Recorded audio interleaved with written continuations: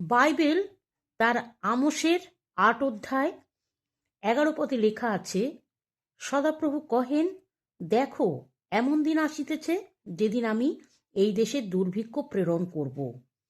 তাহা অন্যের দুর্ভিক্ষ কিংবা জলের পিপাসা নয়, কিন্তু সদাপ্রভুর বাক্য শ্রবণের। লোকেরা টলতে টলতে এক সমুদ্র থেকে অন্য সমুদ্র পর্যন্ত এবং উত্তর থেকে পূর্ব পর্যন্ত ভ্রমণ করবে। তাহারা সদাপ্রভুর বাক্যের অন্বেষণে ইতস্তত দৌড়াদৌড়ি করবে, কিন্তু তাহা পাইবে না। ঈশ্বরের এই বাক্য আমাদের মনে করিয়ে দেয় যে প্রত্যেকটা বিশ্বাসীর জীবনে প্রতিদিন বাইবেল পাঠের গুরুত্ব কতখানি।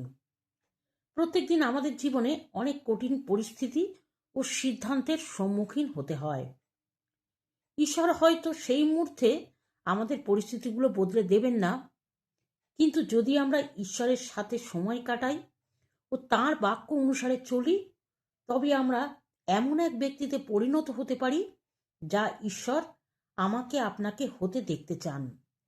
শাস্ত্রে লেখা আছে, মনুষ্য কেবল রুটিতে বাঁচে না, কিন্তু সদাপ্রভুর মুখ হইতে যাহা যাহা বাহির হয় তাহাতেই মনুষ্য বাঁচে। তাই আসুন প্রতিদিন আমরা বাইবেল পাঠ করি এবং ঈশ্বরের বাক্য নিজ অন্তরে প্রচুর রূপে সঞ্চয় করি। প্রতিদিন ঈশ্বরের বাক্য পাঠের দ্বারা আমরা তার থেকে প্রতিনিয়ত আশীর্বাদ পেতে পারি, যা আমাদেরকে আগামী দিনগুলো সুন্দর করতে সাহায্য করবে। আমেন।